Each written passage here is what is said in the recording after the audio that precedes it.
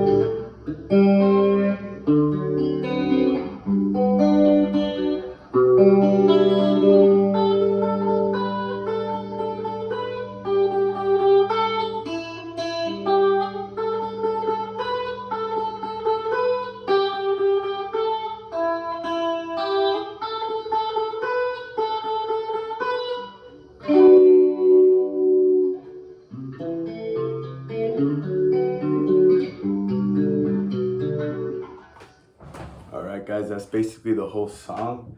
I'm coming at you with a new shirt and a new illness as well. I got sick, and I uploaded that I recorded that like a few weeks ago. Anyway, so I was just gonna go over through some of the chords. I think the tabs are pretty self-explanatory, but I kind of want to show some of the shapes here. So this is what I'm using for like a C6 or C7 shape, or C6 and D6. I mean, I'm basically just doing these three fingers, your first three fingers, and then it makes it really easy to slide up. So yeah, so it's basically like you're playing kind of like an A major chord,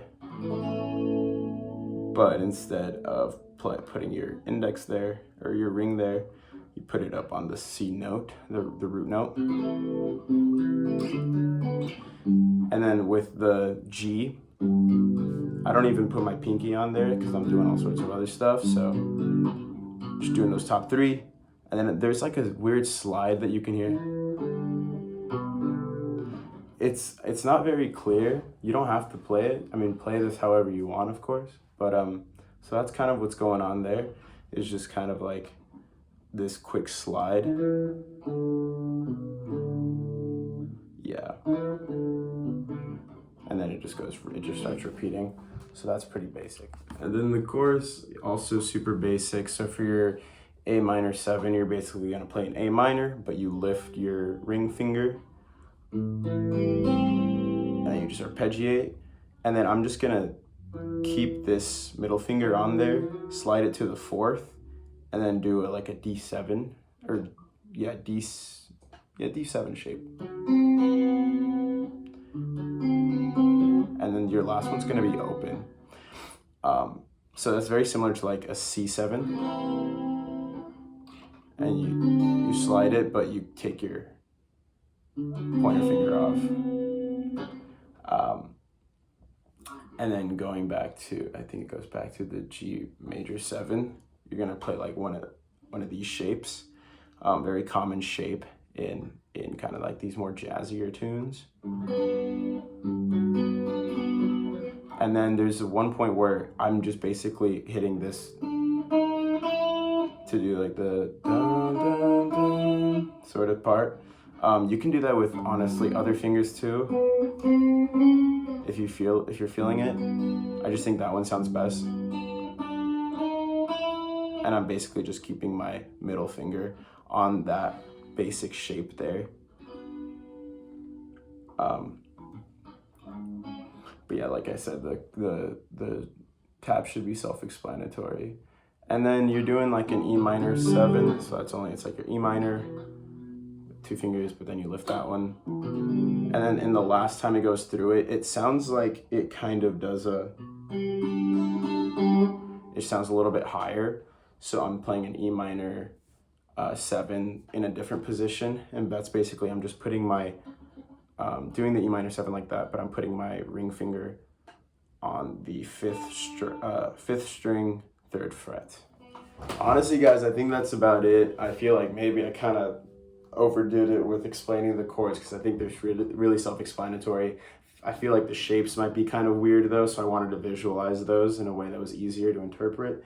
Another thing, I feel like the tone is like really clean. I really like the tone that I chose for this. Basically, I'm just using the G14 Zoom. It's an effect pedal, a multi-effect pedal, and I'm just using like stereo chorus or just like chorus effect along with like reverb. Specifically what I'm doing on this one is I'm doing the chorus first, and then I'm using the room reverb and the hall reverb after it as well, and in that order if you want to recreate it. But yeah, that's like the whole video. I hope you guys enjoy. This is a really good song. Yeah, let me know what else you guys want to see. I'd love to upload more.